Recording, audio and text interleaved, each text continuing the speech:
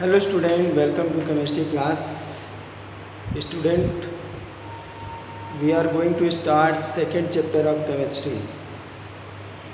In first chapter there was so many numericals, formula, and that was the basic concept of chemistry. Now in this chapter we will discuss the atomic structure and development of atomic model. In this chapter we will see the wave nature, black body radiation, photoelectric effect and Bohr model. Okay, next dual nature, Heisenberg principle, quantum mechanical model and atomic model, quantum number and electronic configuration. This is the checklist of this chapter. In earlier chapter we studied about the Dalton's atomic theory. According to him, atom is tiny particle, tiny indivisible particle, tiny indivisible particle. Means according to Dalton it cannot be further divided. But as the progress in science takes place, development of technology takes place, it was found that atom is made up of subatomic particle. Atom is made up of subatomic particle.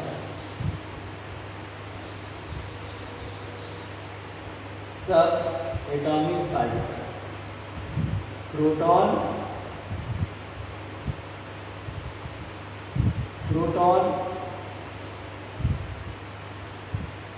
neutron and electron. Okay, this way we can say that atom is tiny particle but it is divisible. It is made up of proton, neutron and electron. Proton and neutron found in nucleus, while electron found in orbitals. In orbitals. Okay, in orbitals. Means if it is a atom, proton and neutron is in nucleus. Proton and neutron is in nucleus. You can see here.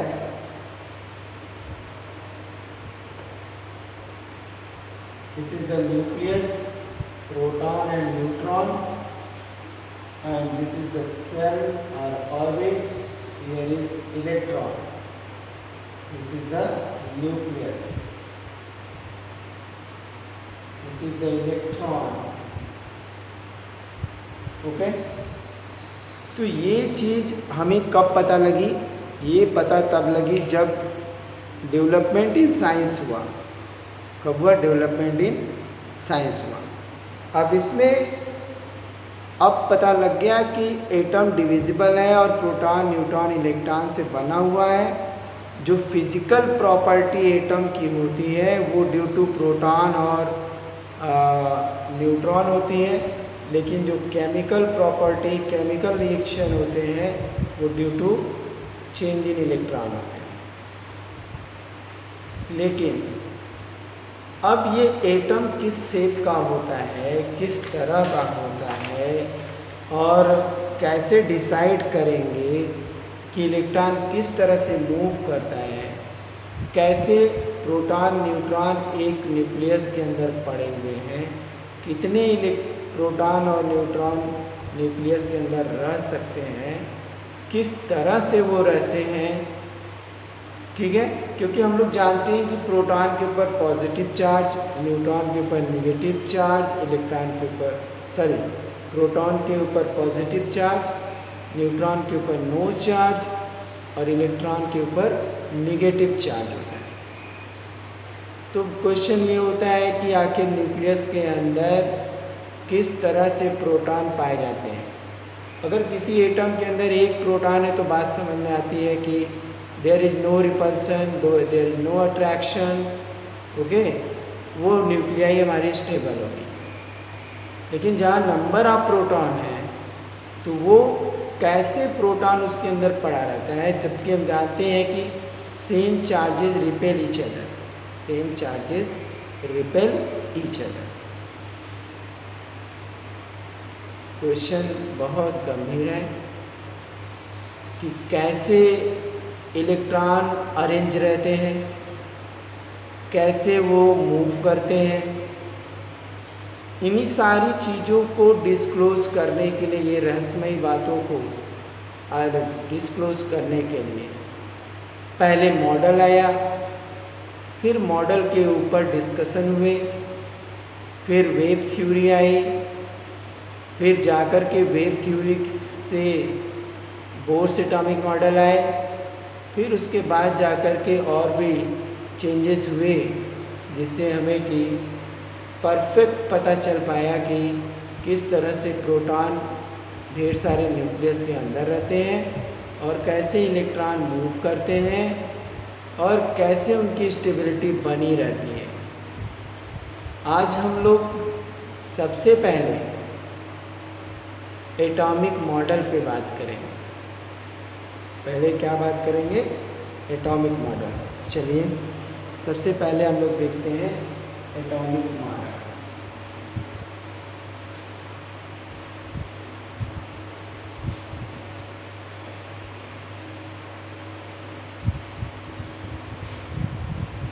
Atomic model, okay, to determine the distribution of atomic subatomic particles in atom, okay, several model has been produced which are known as atomic model, okay, to determine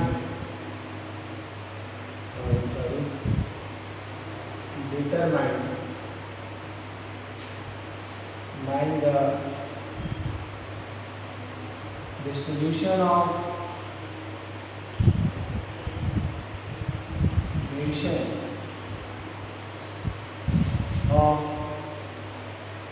sub elementary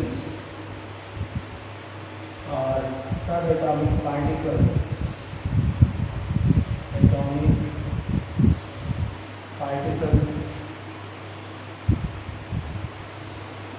in atom. Several models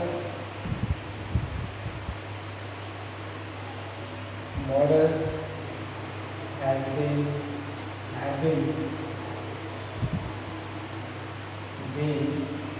proposed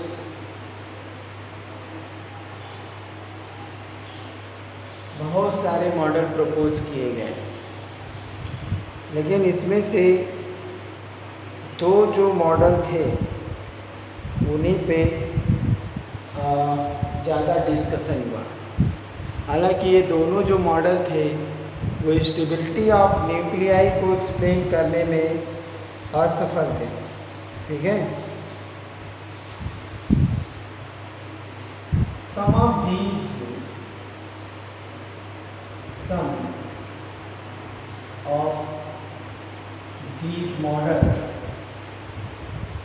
model were unable to explain the stability of atom। कुछ तो model थे जो stability को explain करने में असफल थे। इनमें से कौन एक मॉडल था? Such as J.J. Thomson atomic model.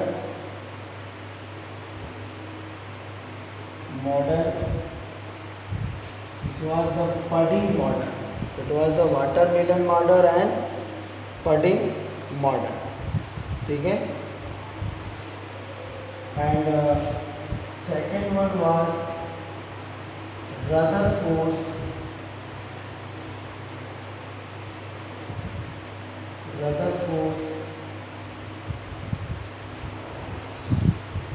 solar system atomic model.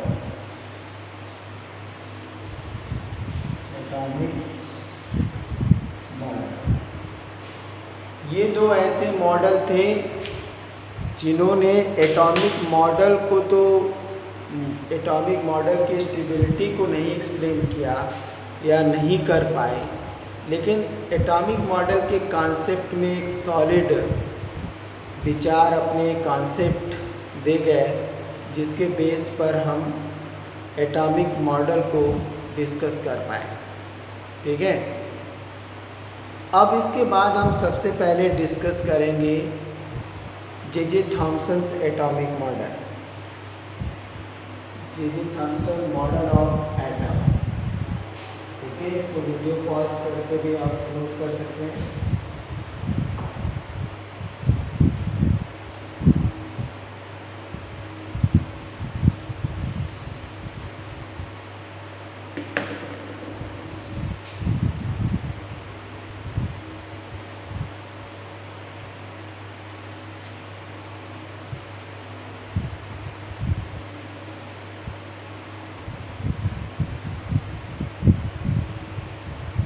ठीक है. Thomson's model of atoms. Okay. It was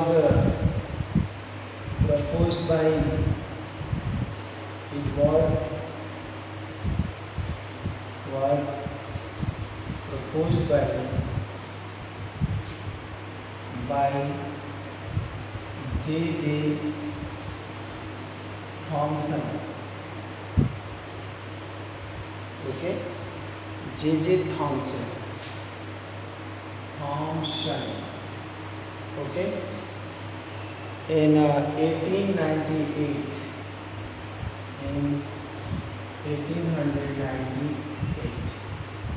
Okay, according to this model, according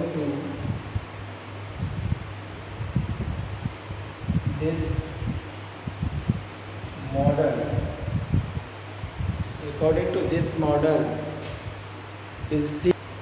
According to this model, shape of atom is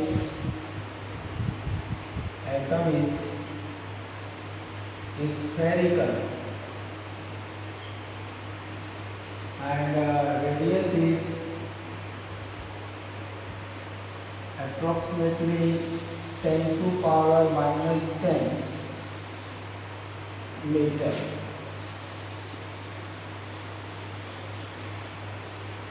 In atom,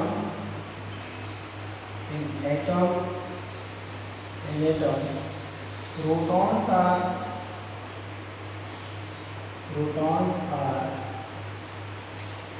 distributed uniformly.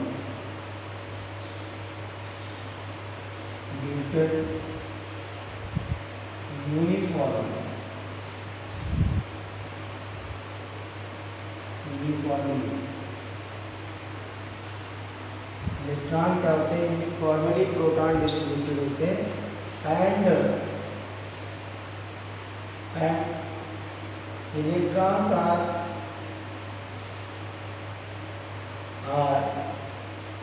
embedded in it such that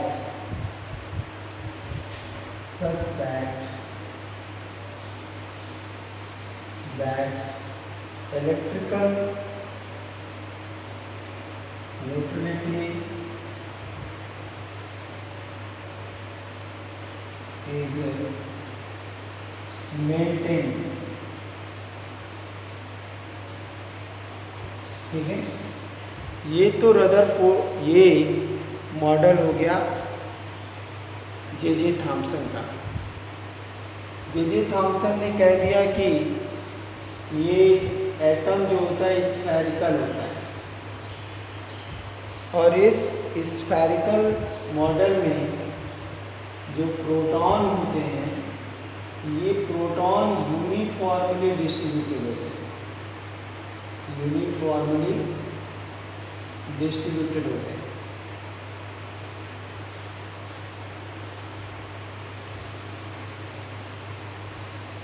इस तरह से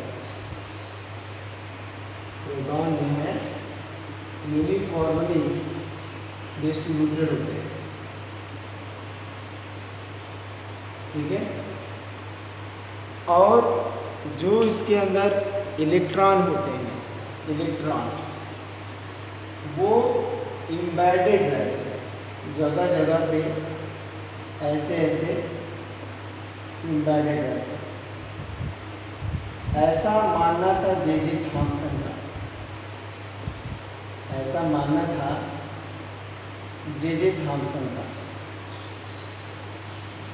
ठीक है, इसी को pudding model भी बोला जाता है, इसी को पडिंग मॉडल या वाटर मिलन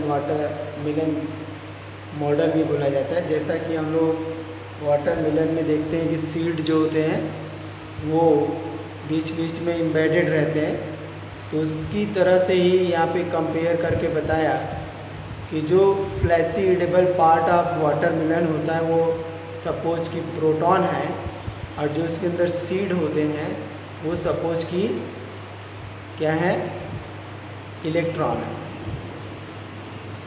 और वो इस तरह से एम्बेडेड होते हैं कि जो इलेक्ट्रिकल स्टेबिलिटी होती है वो मेंटेन रहती है।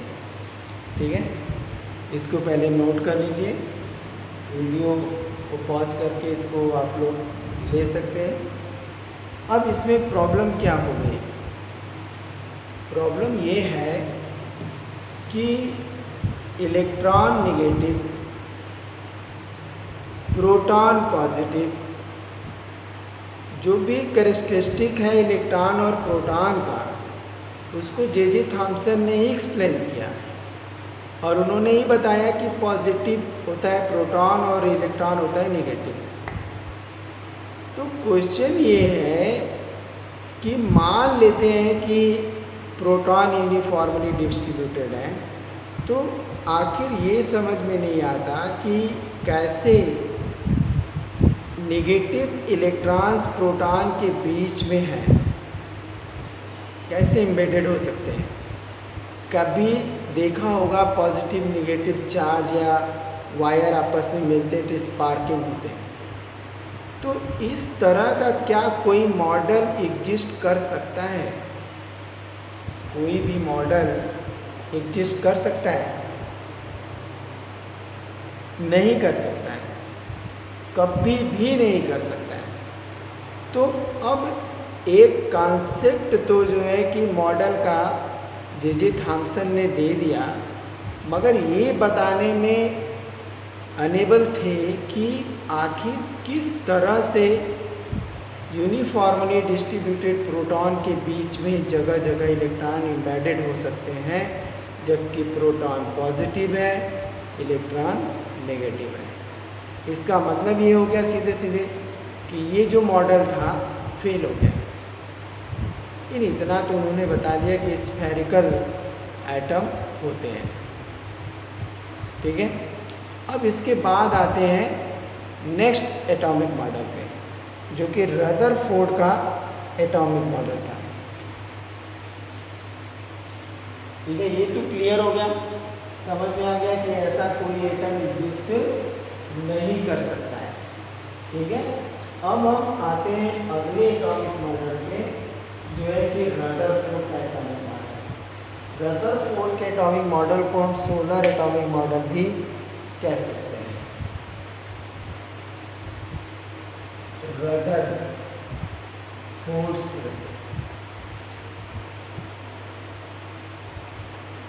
Atomic model,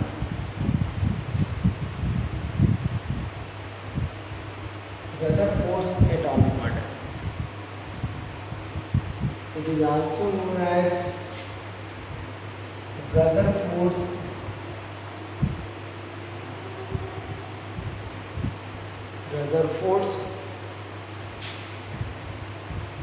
nuclear atomic model.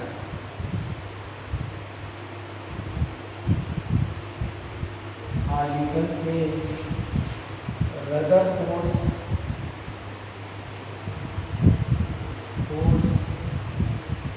solar atomic model, solar system atomic model.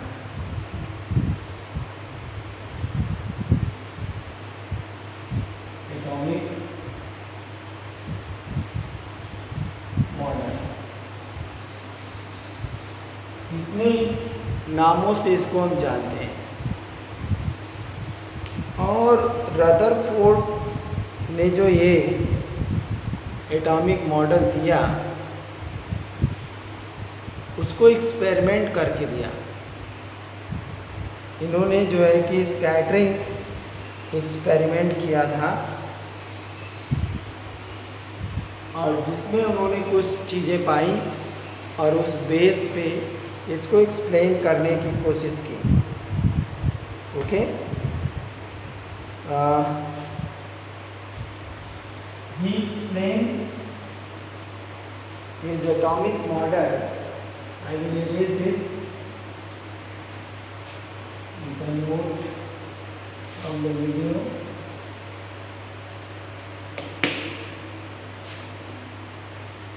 He performed scattering experiment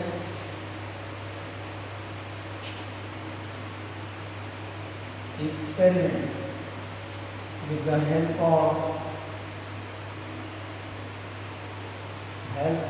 of his students.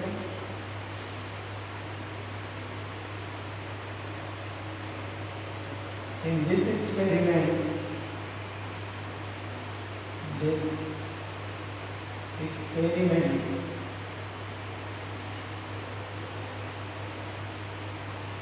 he bombarded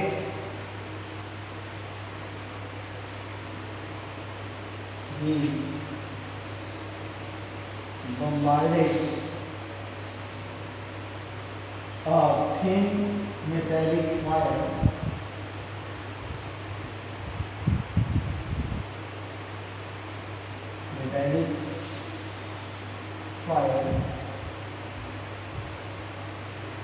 by alpha particles.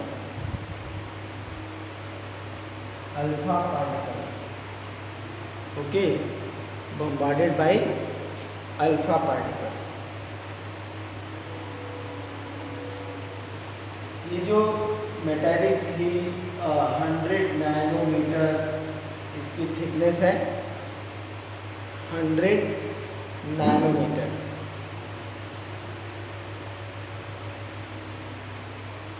और यहाँ पे जो मेटल यूज किए गए थे, he used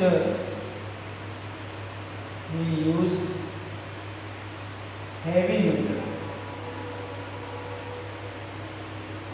metals like gold, silver, etc. Okay, इन सब का इन्होंने यूज़ किया। अब इस स्कैटरिंग में क्या दिखा, उसके क्या परिणाम आए, उसको हम लोग देखते हैं। पहले हम लोग देखेंगे कि कैसे उन्होंने इसको स्कैटरिंग किया। You can note this. Okay,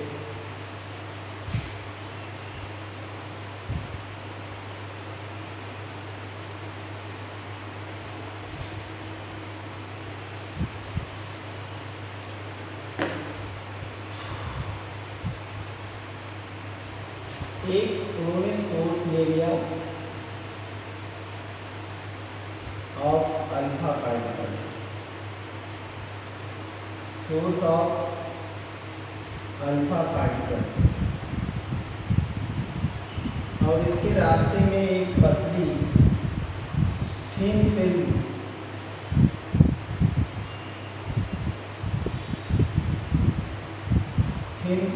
foil of gold और सिल्वर, कुछ भी हो सकता है। और इसको ऑब्जर्व करने के लिए एक स्क्रीन लगा दें। स्क्रीन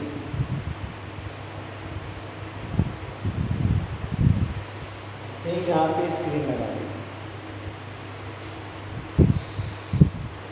यहाँ पे एक मिनट, यहाँ पे एक पहले यहाँ पे बीच में एक यहाँ पे थिन या लेड प्लेट लगा दें।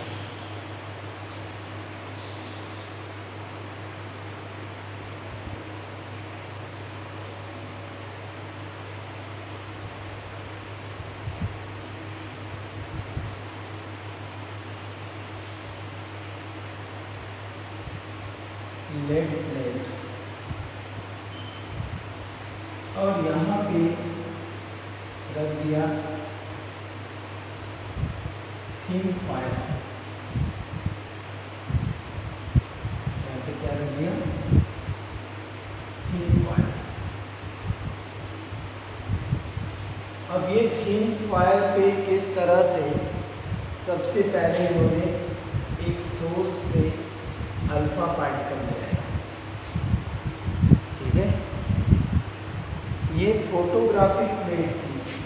यहाँ पे जो इन्होंने प्लेट लगा दिया चारों तरफ, फोटोग्राफिक प्लेट, फोटोग्राफिक प्लेट, ठीक है। और बीच में यहाँ पे रख दिया गोल्ड फॉयल।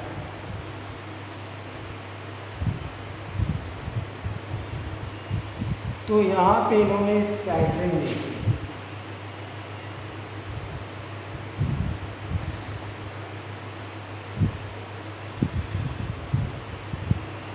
इस तरह से इनको स्कैटरिंग दिखी। अब ये स्कैटरिंग में उन्होंने क्या चीज़ देखी? स्कैटरिंग में ये जो एक्सपेरिमेंट किया, उस एक्सपेरिमेंट में उनको क्या दिखा, इसको देखते हैं। इस एक्सपेरिमेंट में उनको ये दिखा कि बहुत सारी रेस जो थी, वो सपोज कि यहाँ पे गोल्ड फॉयल था, सॉरी, उन्होंने ये देखा कि कुछ सीधे चली जा रही है, एकदम सीधे, इस तरह से एकदम सीधे चले जा रहे थे। तो उन्होंने बोला कि एटम का मैक्सिमम पार्ट खाली पड़ा है। फिर देखा यहाँ पे कुछ अल्फा पार्टिकल्स जाते जाते अपने रास्ते से डेविएट कर जाए, इस तरह से। तो उसमें ये देखने को मिला कि जैसे जैसे हम सेंटर के पास पहुँचते हैं, वैसे वैसे से रिपल्शन शुरू हो जाता है। फिर उन्होंने देखा कि कुछ ऐसी भी रेस थी जो बहुत कम एंगल से मुड़ गई, और कुछ उन्होंने देखा कि रेस गई और वापस चली गई, ठीक है, गई और वापस चली गई।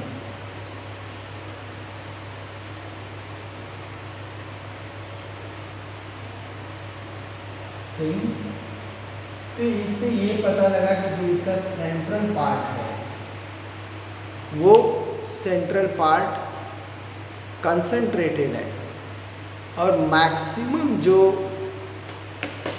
एटॉमिक मास है वो उसी के ऊपर निर्भर है। और इस सेंट्रल पार्ट ऑफ एटम को उन्होंने नाम दे दिया न्यूक्लियस, और इस तरह से न्यूक्लियस की खोज हो गई, ठीक है। पहले क्या पता लगा? पहले जो रेस जा रही है उससे पता लगा कि मैक्सिमम पार्ट खाली है, लेकिन जो रेस मुड़ रही हैं, डेविएट हो रही हैं, ये बता रही हैं कि जो सेंट्रल पार्ट है बहुत कंसंट्रेटेड पार्ट है और वहाँ पे पॉजिटिव चार्ज है, और वो पॉजिटिव चार्ज वाला जो सेंटर है उसको हम न्यूक्लियस कहते हैं। और इस तरह से एटम के सेंटर में न्यूक्लियस है, ये बात प्रूफ हो गई।